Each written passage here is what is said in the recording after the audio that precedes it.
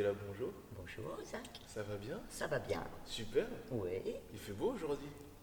Oui, il n'y a pas de soleil Oh, encore. non, mais Il fait frais, mais le soleil va arriver. il fait beau dans nos cœurs. Toujours. Il fait beau dans nos cœurs. Et ça, c'est important. Voilà. Graziella, je vais te poser quelques questions. Est-ce que tu l'acceptes? Oui, T'as pas le choix. avec plaisir. Alors, premièrement, une question assez générale, assez simple. Qu'est-ce que c'est le jardinage? Le jardinage, c'est un grand métier et c'est un grand mot. Parce que le jardinage, ça consiste à travailler la terre, à faire des semis, à faire pousser les légumes, à entretenir aussi un jardin. Parce qu'à la MJC d'Elbeuf, nous avons un jardin pédagogique, aussi bien pour les maternelles jusqu'aux plus grands. Même les grands-parents peuvent venir travailler avec nous. C'est le fameux de 7 à 77 ans et plus même.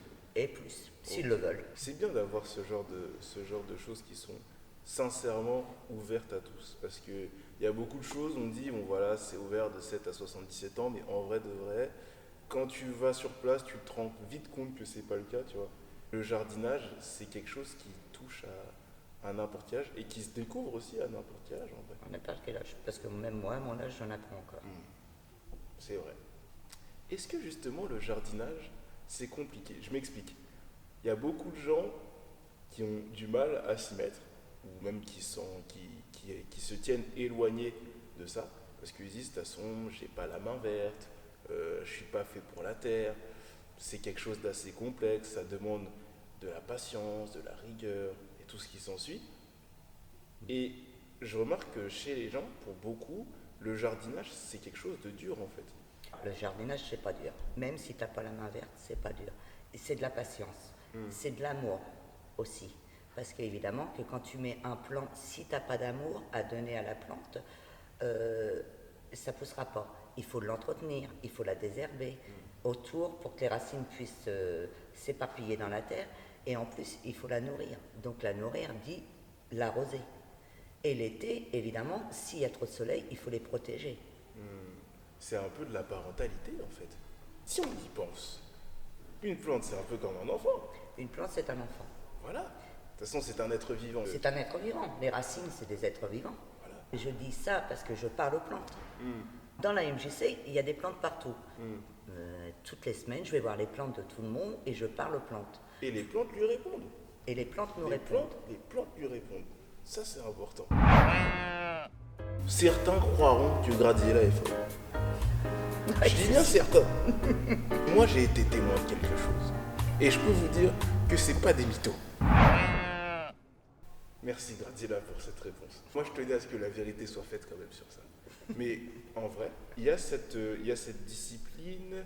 Tu sais, l'expérience que tu fais avec des bocaux de riz, tu vois. Il y en a un auquel tu vas dire qu'il est pourri, qu'il est moche, qu'il est pas beau, qu'il est pas bon. Et un autre auquel tu vas donner beaucoup d'amour. Tu vas dire, toi, je t'aime, franchement, tu es beau, je vais bien te cuisiner, je vais bien te manger.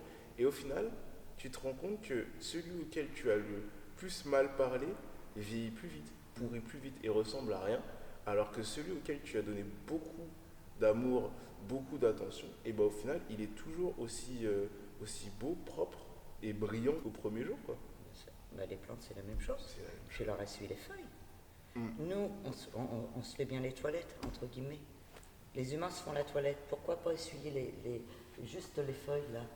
Quand tu vois des feuilles comme ça, elles sont desséchées. Tu coupes juste au niveau du rebord, et en fin de compte, c'est là que la plante a dit, ça y est, elle s'occupe de moi.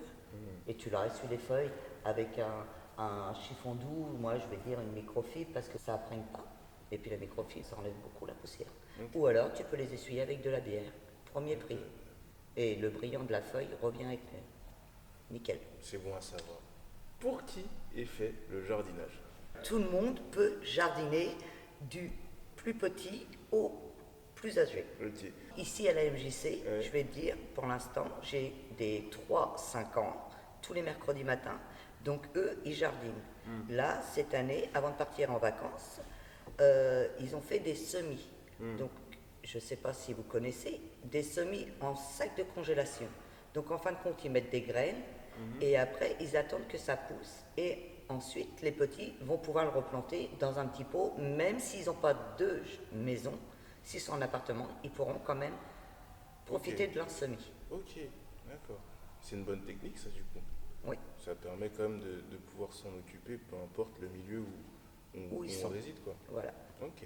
Et du coup, par qui le jardinage est fait? par les enfants, les adultes et les animateurs évidemment en priorité.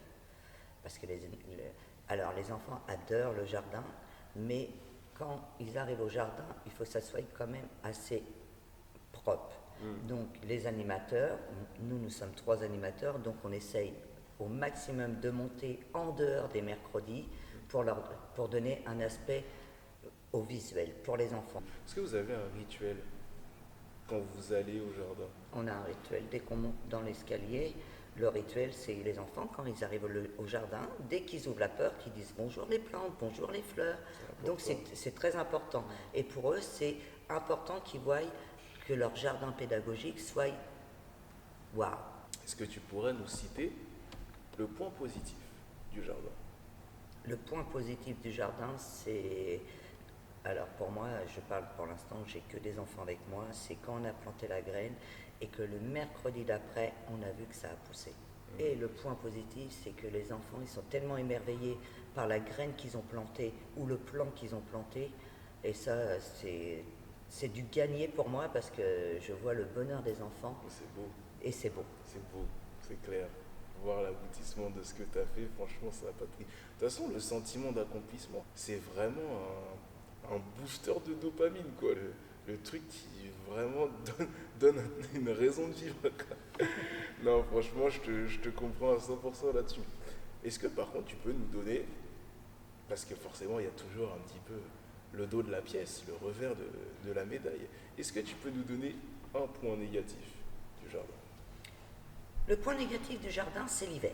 Il fait froid. Ah, Sauf que même s'il y a de la gelée, même s'il y a de la pluie, nous sommes obligés d'y aller. Parce qu'un jardin, c'est comme une maison. S'il n'a pas d'amour, s'il n'y a pas de passage l'hiver, il peut mourir. Nous, à notre jardin pédagogique, on a un laurier, on a un lilas, on a des rosiers. Donc si on ne va pas les bichonner, même en hiver, on ne va pas couper un peu de branches pour que ça puisse repartir au moment du printemps, et bien là, ça meurt. Un jardin, je le dis toujours aux enfants, aussi bien aux enfants comme les adultes, c'est comme une maison. Si on n'entretient pas, c'est le bazar. et c'est aussi en hiver qu'on a le plus besoin d'amour, hein. Ah, bien Enfin, sûr.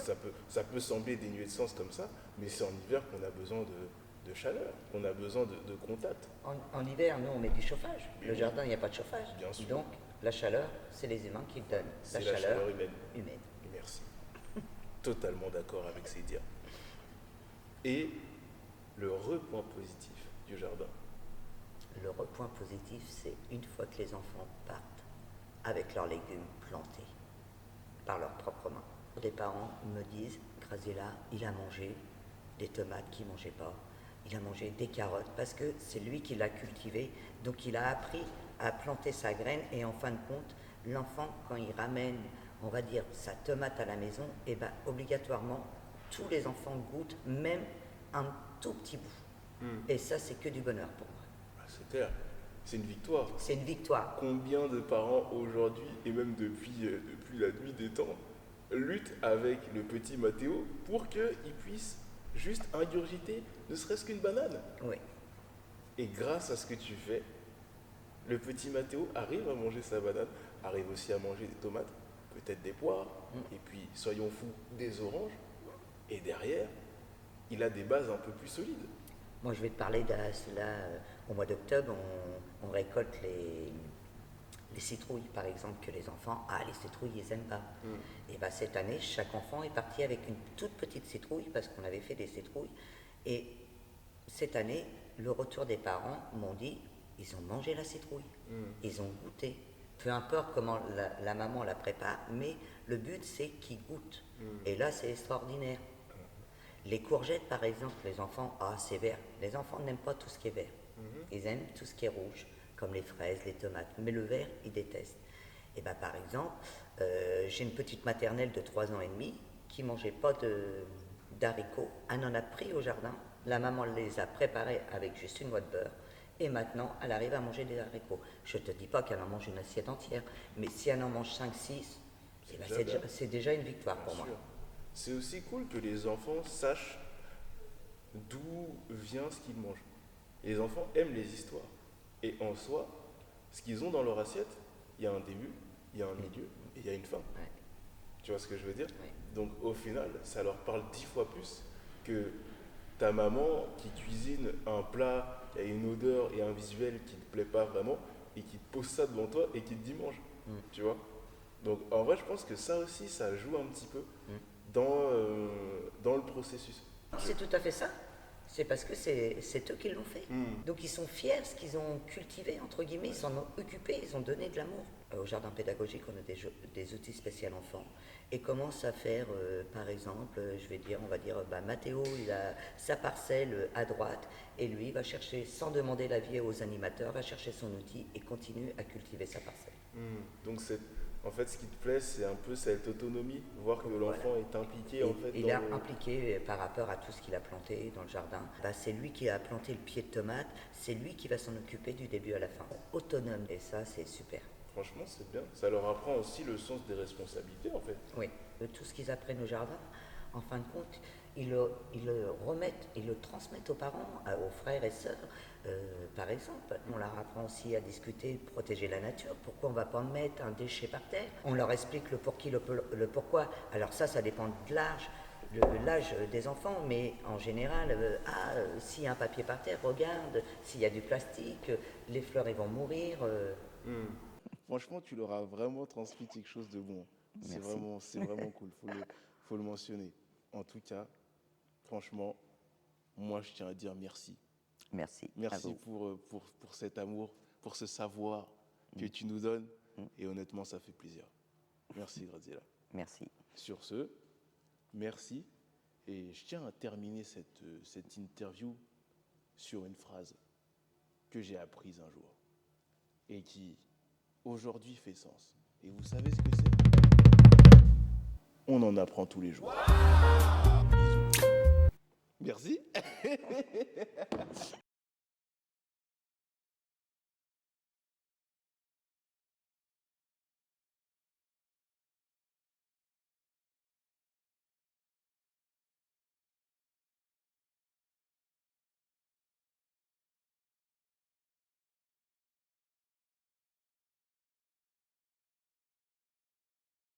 Est-ce que tu aurais une remarque pour nos téléspectateurs, Graziella?